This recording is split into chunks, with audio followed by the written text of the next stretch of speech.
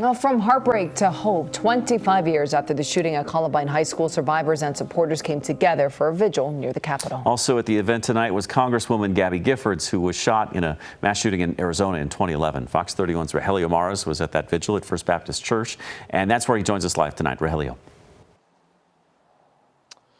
Yeah, guys, the vigil originally planned to be out here in front of the Capitol. Obviously, the weather changed their plans, so they held that inside of the First Baptist Church across the street. Still dozens of folks showed up to the church for that vigil. In fact, they had seats on the dais of the church for the 13 victims of the shooting.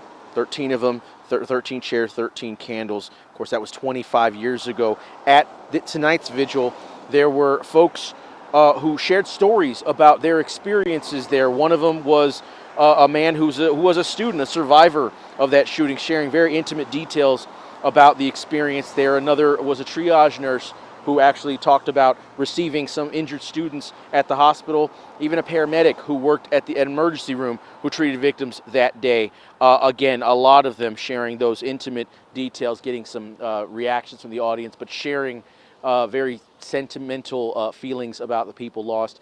Among the people in the audience, of course, as you mentioned, the former Arizona Congresswoman Gabby Giffords, who talked about her own transformation after her shooting and how she was able to overcome lots of challenges, alluding to the challenge that most of the people here face when it comes to the gun control debate. Listen to what she said. Change doesn't happen overnight, and we can't do it alone. Join me, let's move ahead together. Thank you very much.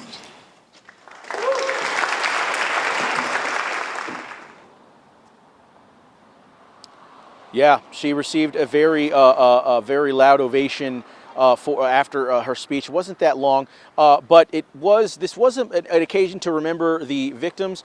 Also an occasion more of like a call to action of sorts.